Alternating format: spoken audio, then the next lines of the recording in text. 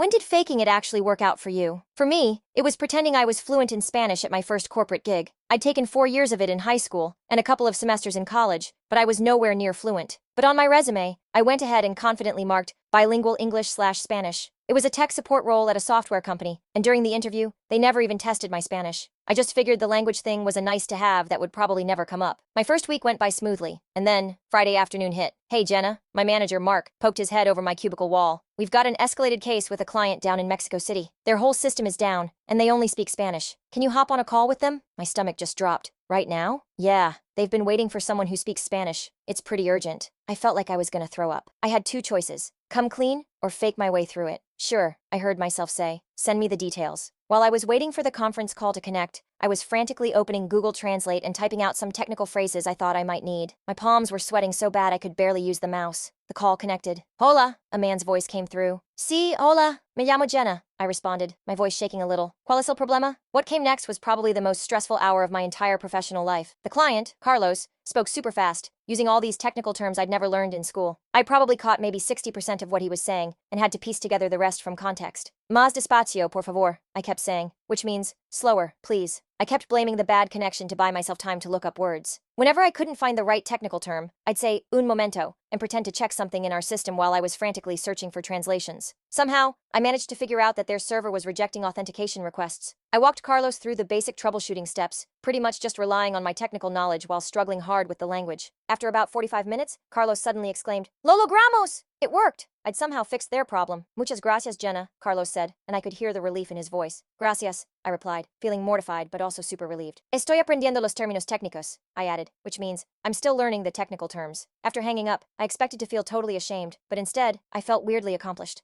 I'd actually managed to help someone, despite my limitations. Mark stopped by my desk later that day. "Great job on that call. The client just emailed and said you were extremely helpful. They've been with us for years, but they've complained about the language barrier before." I just nodded, not really sure what to say. "They did mention your Spanish could use some work on the technical vocabulary, but they really appreciated your effort. Not a lot of people would push through a language barrier like that." I smiled weakly. "Yeah, I should probably brush up on my technical Spanish. Definitely. Actually, the company will pay for classes if you're interested." So that Monday, I signed up for specialized Spanish courses. 6 months later, I was handling all our Latin American support calls with real confidence. I still work with Carlos's company. They're actually our biggest client in Mexico now.